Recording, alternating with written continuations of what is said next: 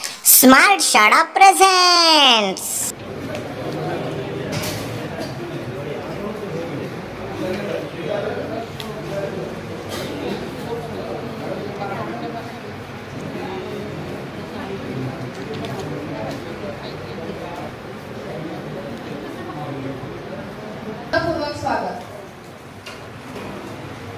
स्वागतम सुस्वागतम.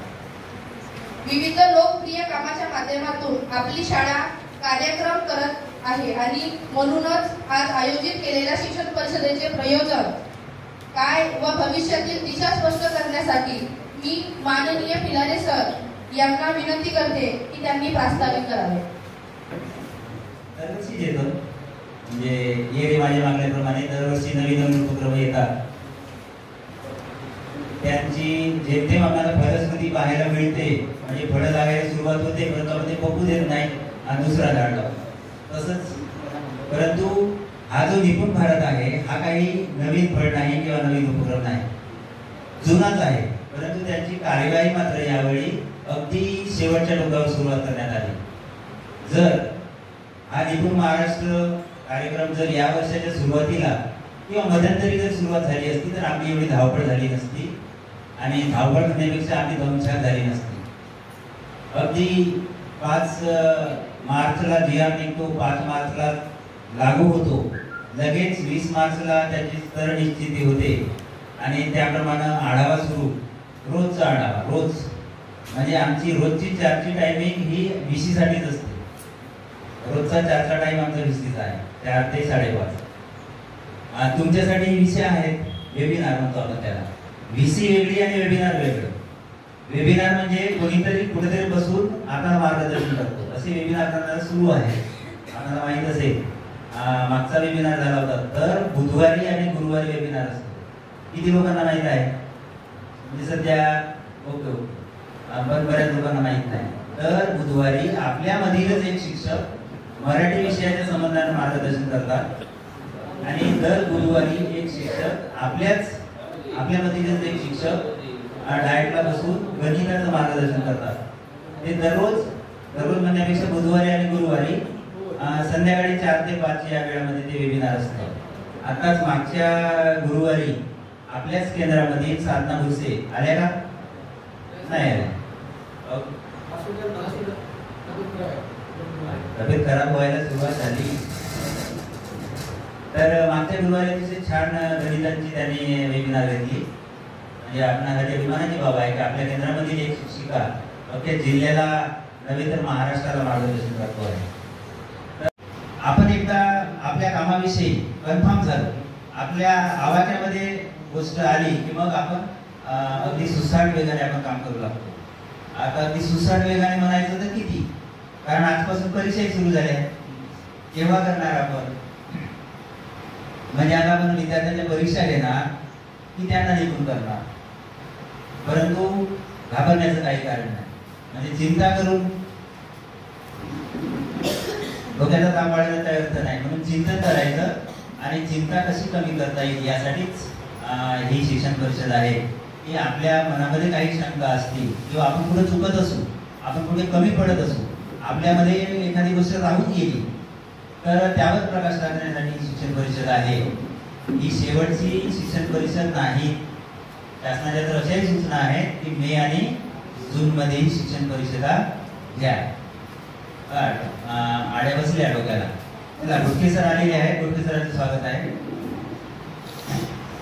तर आपण त्याच्यावर मार्ग काढू, काही चिंता करण्याची गरज नाही. बघू आपण कसं करायचं.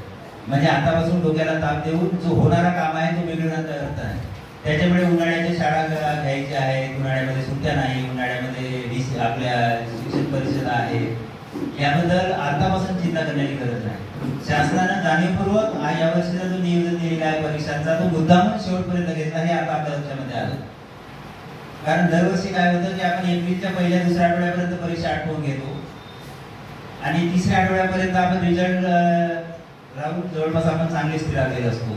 परंतु यावर्षी 25 एप्रिलपर्यंत परीक्षा पुढे ढकलण्याचं कारणच हे आहे की आम्हाला निपुण महाराष्ट्र कार्यक्रम राबवायचा आहे आणि मग एवढी गॅप सुद्धा दिलेली आहे.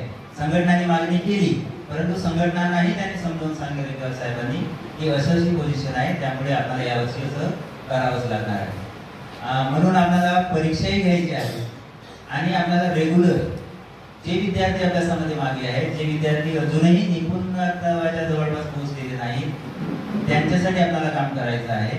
म्हणून लोक शांत असल्याशिवाय, आज मला लोक शांत आहे बा अशी एक मन आहे, म्हणजे हसण्यासाठी सांगतो कि अगर वक्त में घर पहुंचो, अगर गलत हो गया तो बता देना, अगर वक्त पर घर पहुंचो तो बीवी ठंडी और खाना गर्म मिलेगा, और घर अगर लेट पहुंचो तो बीवी गर्म और खाना ठंडा मिलेगा. तर आज तुम्ही वेळेवर आले, त्याच्यामुळे बीवी कशी आहे, थंडी आहे. त्याच्यामुळे आजचा जो घरामध्ये आपण काय आपली निपुण कशी होईल या संबंधाचा हा निर्णय आहे आणि त्याच अनुसरून आपण काम करत आहोत. हे खऱ्या अर्थानं अभिनंदनीय आणि आनंद किंवा आल्हाद निर्माण करून देणारी ही बाब आहे. माझ्याकडे वेळ कमी आहे आणि हा जो शासन निर्णय आहे, हा शासन निर्णय जवळपास 17 पानांचा आहे.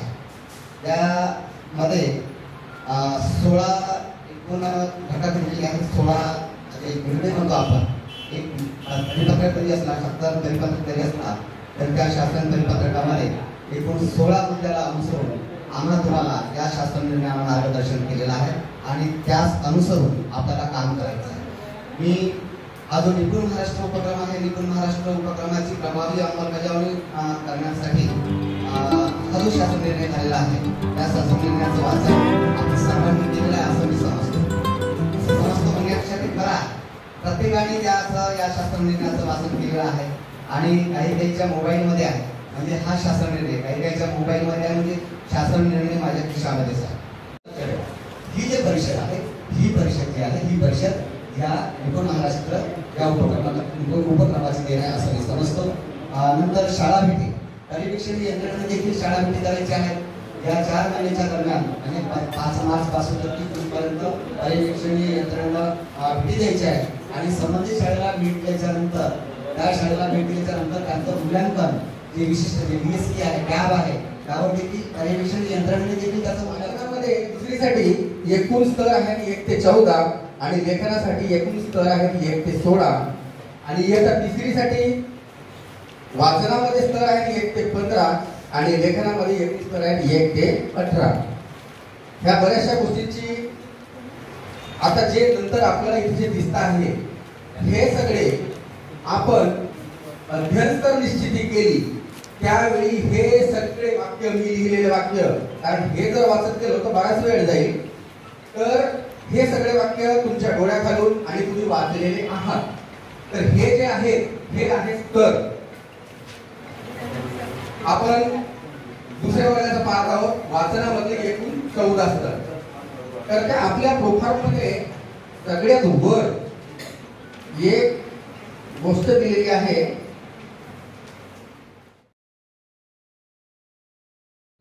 मित्र हो, व्हिडिओ बघितल्याबद्दल धन्यवाद. कृपया लाईक करा, शेअर करा, कमेंट्स करा आणि चॅनलला प्लीज सबस्क्राईब करा. थँक्यू.